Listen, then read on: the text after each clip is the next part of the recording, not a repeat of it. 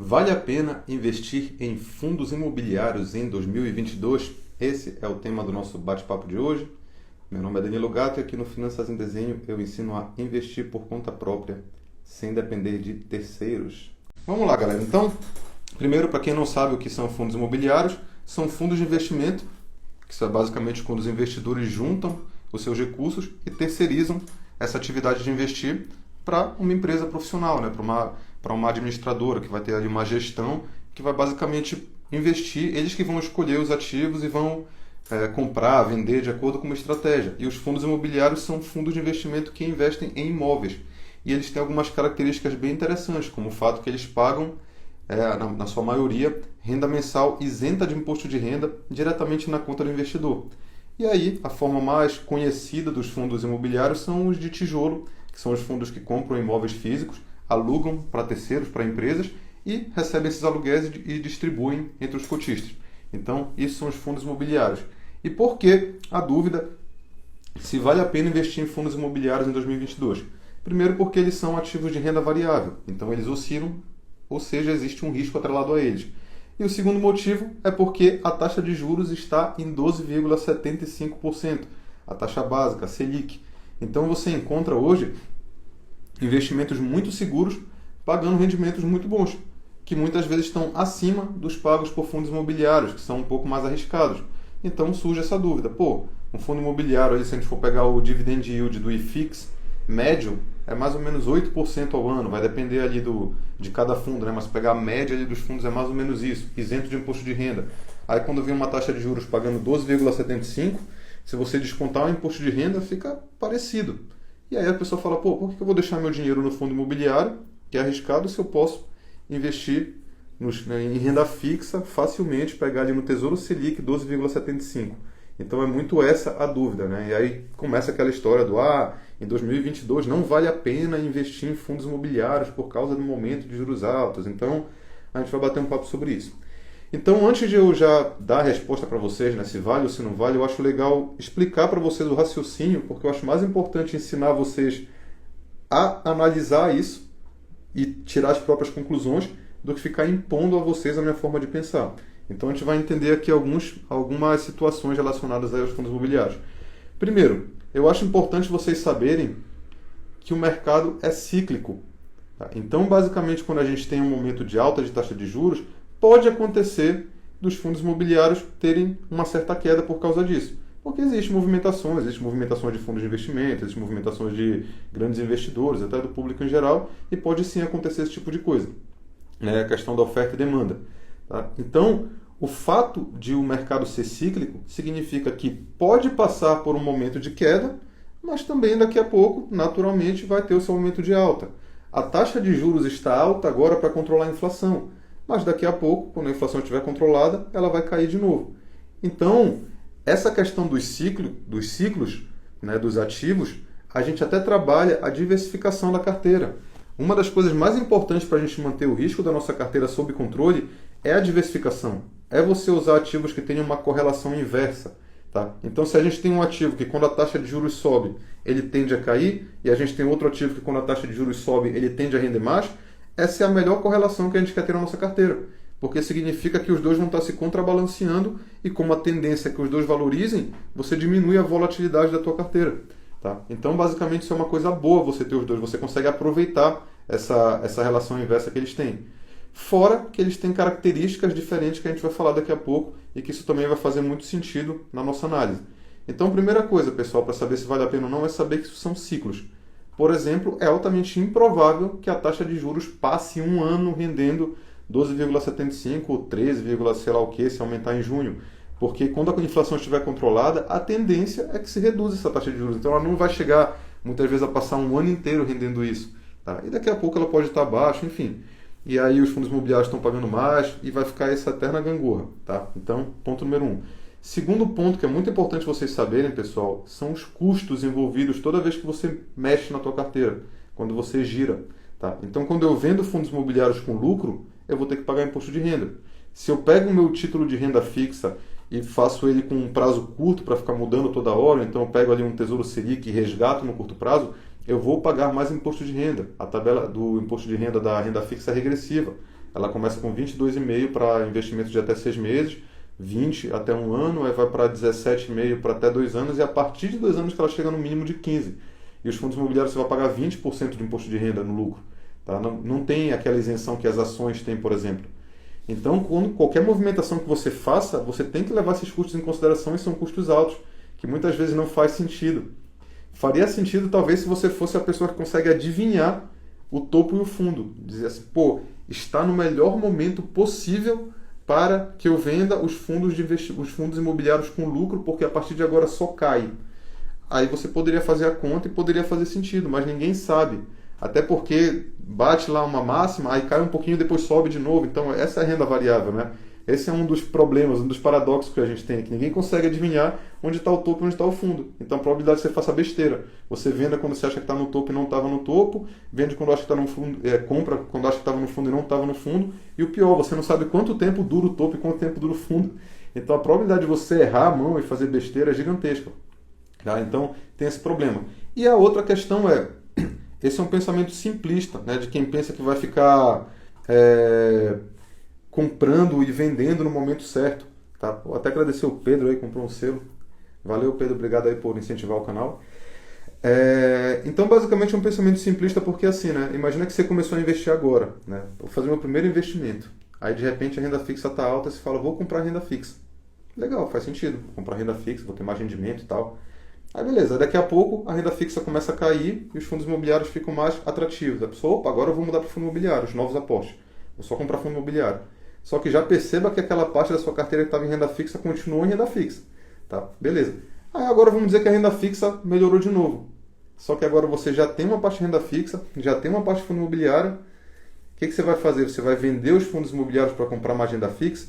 E é provável que, se você já está pensando em trocar para renda fixa, é provável que esses seus fundos imobiliários desvalorizaram. Você vai vender eles no prejuízo para colocar, né, realizar esse prejuízo para colocar na renda fixa com potencial ganho que você não sabe quanto tempo vai durar. Então nota que essa questão de você ficar trocando a carteira de lugar, conforme você vai passando o tempo de investimento, ela começa a fazer cada vez menos sentido, porque começa a ficar caro, você já não vai vender no prejuízo, vai pagar imposto de renda se tiver no lucro, aí daqui a pouco vai tirar das ações e pagar a máxima. Normalmente quem fica fazendo isso acaba perdendo toda a rentabilidade para custos. Então o que a gente faz na realidade é fazer uma diversificação e a gente estipula muitas vezes um percentual. Então vamos dizer que a gente fez a carteira mais simples do mundo, que é metade renda fixa e metade fundo imobiliário. Por exemplo, o que você faz é rebalancear. Se daqui a pouco os fundos imobiliários começam a cair, aí a carteira desequilibra. De repente o cara, para ser 50-50, vai estar ali 60% renda fixa e 40% fundos imobiliários. Aí você vai e compra mais fundos imobiliários, você vai comprar na baixa, né? Tua carteira vai te mandar fazer isso, ela vai te sugerir fazer isso, para você reequilibrar os percentuais. Aí daqui a pouco os fundos imobiliários começaram a valorizar bastante, né? E a renda fixa não está entregando uma rentabilidade legal, você vai fazer o contrário, você vai muitas vezes ter que aportar mais em renda fixa para tentar reequilibrar a carteira. Então é isso que você vai ficar fazendo, você vai tentar buscar um equilíbrio da carteira através da diversificação e dos percentuais. E sempre lembrando, pessoal, o equilíbrio ele não é estático, ele é dinâmico. Tá? Você vai ficar sempre balançando para um lado e para o outro. Não, você imagina a pessoa andando na cordinha, ela não está estática, ela sempre está aqui balançando e tentando buscar o equilíbrio dela. É isso que você faz com a sua carteira, tá? Conforme o mercado vai acontecendo.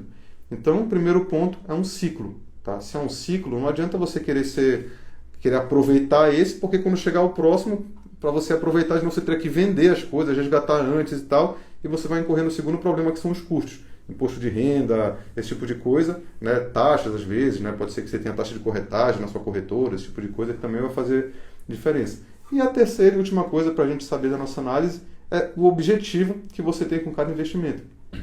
Normalmente, quem investe em fundo imobiliário está atrás da renda mensal que ele paga.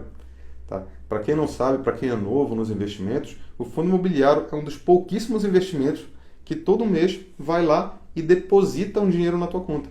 Chega ali dia 15, fundo imobiliário tal te pagou não sei quantos reais de rendimentos. Caiu na sua conta, você não precisou fazer nada. A renda fixa não faz isso. Tá? Quando você coloca o dinheiro na renda fixa, ele fica naquele título e você vai ter que resgatá-lo para pegar esse rendimento, né, e poder usar no seu dia a dia, ou na maioria dos casos esperar até o vencimento. Porque a maioria dos títulos de renda fixa não tem liquidez diária. Normalmente tem um vencimento longo e você vai ter que esperar aquele vencimento para você poder resgatar. Tá certo? Então, se o teu objetivo é ter renda, imagina agora você com uma carteira robusta. Imagina você com R$ 1 milhão em fundos imobiliários, ganhando ali uma renda de, sei lá, R$ 8.000 ao mês, isenta de imposto de renda. Beleza. Aí agora a renda fixa está pagando 12,75. Você vai vender R$ 1 milhão em fundos imobiliários, pagar uma cacetada de imposto de renda se você tiver tido lucro, para colocar esse dinheiro em renda fixa que não vai te pagar uma renda mensal, que você vai ter um rendimento, mas é um rendimento que vai estar preso ali no título, né? E aí você vai ter que esperar o vencimento, fazer uma puta manobra para fazer esse tipo de coisa? Não. Pergunta se uma pessoa que tem um imóvel hoje, que tem uma carteira de imóveis físicos alugados, recebendo aluguel, se ela está pensando em vender esses imóveis para colocar em renda fixa. Não está pensando, por causa dos custos e porque ela está interessada na renda, né? Então, os fundos imobiliários têm essa característica muito importante, que é a renda mensal que eles pagam. Então, para quem está buscando isso, os fundos imobiliários sempre vão fazer sentido até o dia que eles parem de pagar renda, né? Então, o investimento ele para de fazer sentido, é legal vocês já terem isso na cabeça, quando ele não está mais coerente com a sua estratégia, ou quando alguma característica fundamental dele, que te fez investir nele, não está mais presente. Comprei fundos imobiliários porque eles pagam renda mensal isenta de imposto de renda. Aí daqui a pouco muda alguma coisa na lei e os fundos imobiliários são proibidos de pagar renda mensal. Agora eles têm que assimilar isso no patrimônio e você só vai ganhar com a valorização da cota. Aí pode ser que não valha mais a pena para a sua estratégia. Tá? Não sendo isso o que aconteceu foram só mudanças de mercado, não tem dessa de não vale mais a pena. Tá? Porque você está buscando renda com ele. Tá certo? Então, na minha visão, vale a pena investir em fundos imobiliários em 2022? Claro que vale. Se na sua estratégia você tinha uma diversificação de carteira que contava com fundos imobiliários pelo atrativo que ele tem, que é a renda mensal, fundos imobiliários têm uma certa proteção contra a inflação, os contratos de aluguéis tendem a ser corrigidos com a inflação, os próprios imóveis que ele tem, se você tem fundos de tijolo, tendem a ser corrigidos com a inflação também, valorizar com a inflação. Isso tudo ainda está presente, então ainda vale a pena, não interessa, tá? Então, os investidores mais maduros sabem que não existe isso de ficar trocando de carteira. Ah, agora é a hora da renda fixa, agora é a hora da renda variável. Isso normalmente são manchetes sensacionalistas para você ler matéria, comprar produto. Os investidores experientes, eles montaram uma estratégia de carteira, uma alocação de ativos, que a coisa mais importante na sua carteira é a alocação. Ah, vou colocar 60% em renda fixa, 40% em renda variável. E desta renda variável vai ser, sei lá, 20% em ações, 20% em fundos imobiliários e 10% ativos do exterior, por exemplo. E você mantém essa alocação. Conforme o mercado acontece, um valoriza, um desvaloriza, você vai e tenta corrigir com o teu aporte. E daqui a pouco, quando a sua carteira ficar muito grande, né, você já está há 10, 15 anos investindo, você tem 500 mil, 800 mil, 1 milhão de reais, talvez seja até preciso você vender alguns ativos que tenham valorizado para você tentar reequilibrar a carteira, porque o seu aporte sozinho não consegue mais fazer isso. Tá? Então é mais ou menos assim que a gente pensa. A gente está olhando a alocação de carteira e a gente está olhando os fundamentos que fizeram a gente investir naqueles ativos. E não o mercado, agora é a hora da renda fixa. Isso é coisa normalmente de quem é iniciante ou de quem está fazendo trade. E também é uma estratégia, né, que certas pessoas conseguem ganhar dinheiro com isso, mas na minha opinião, é indicada para a gigantesca minoria das pessoas que vão ganhar dinheiro com isso. A maioria dos investidores são investidores que estão ali, que têm sua profissão, ganham seu salário, querem só pegar esse excedente, colocar para fazer render e não querem ficar dedicando mais tempo do que o necessário ao mercado financeiro. Tá? Bom, fundos de papel valem a pena, ou melhor escolher por conta própria papéis de CRIs e NTNBs. Olha, pessoal, os fundos de papel eles têm o seu objetivo também, têm características muito específicas. Por exemplo, a cotação deles tende a oscilar menos, porque há uma previsibilidade do que vai ser pago, né? Se eles compram títulos de renda fixa e os títulos de renda fixa são previsíveis, você não tem grandes surpresas, né? Grandes valorizações, esse tipo de coisa. Você vê que normalmente eles andam de lado. Então eles podem servir para certos objetivos. Você tem um objetivo de médio prazo, sei lá, de 7 anos, 8 anos, e você pode, por exemplo, usar um fundo de papel, porque você não vai ter tanta oscilação assim nele e pode ter um certo rendimento. Mas eu acho que eles são fundos até mais difíceis de analisar, que você vai ter que analisar a carteira do fundo. Eu sou muito mais a favor de fundos de tijolo, tá certo? Não que eles não tenham papel deles, tá? Quem souber analisar, quem souber encontrar boas opções, vai ser ótimo. Mas eles têm uma certa dificuldade. Mas agora, colocando o que você colocou, por exemplo, escolher por conta própria CRIs, eu preferiria que a pessoa investisse através de fundos, porque é mais complicado. CRIs são caros, eles costumam ter prazos longos de investimento, muitos são para investidores qualificados, você vai ficar preso lá no papel, né? Se você fizer uma mais coisa, você vai ficar preso, você pode ter um risco de crédito, pode tomar um calote. Tá? E quando você compra um fundo, quem faz isso é a gestão do fundo. Você não faz nada. A cota você pode vender a hora que você quiser. E você vai ficar só recebendo aquela renda mensal. Opa, deu problema ali, você vende tua cota. Quem tem que se virar com o risco de crédito são os gestores, que tem uma equipe especializada em fazer essa análise. Tá? Então eu acho que essa questão de você escolher CRIs por conta própria é para poucos investidores que querem se capacitar para isso. A maioria, eu acho que para mim que quiser ter esse tipo de investimento na carteira, o ideal é fazer isso através de fundos de papel. Tá? Mas dentre os fundos imobiliários eu sou mais fã dos de tijolo. São mais intuitivos, eles têm um potencial maior de valorização futura. Enfim, opa, presença ilustre aqui, professor Rafael Toro.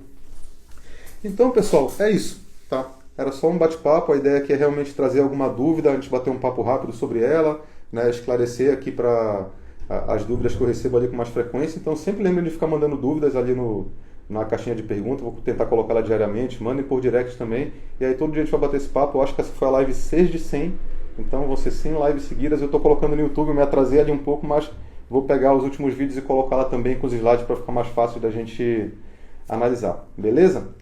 Muito obrigado aí pela presença de todos novamente, e amanhã a gente retoma aí com mais alguma dúvida para a gente bater um papo. Valeu!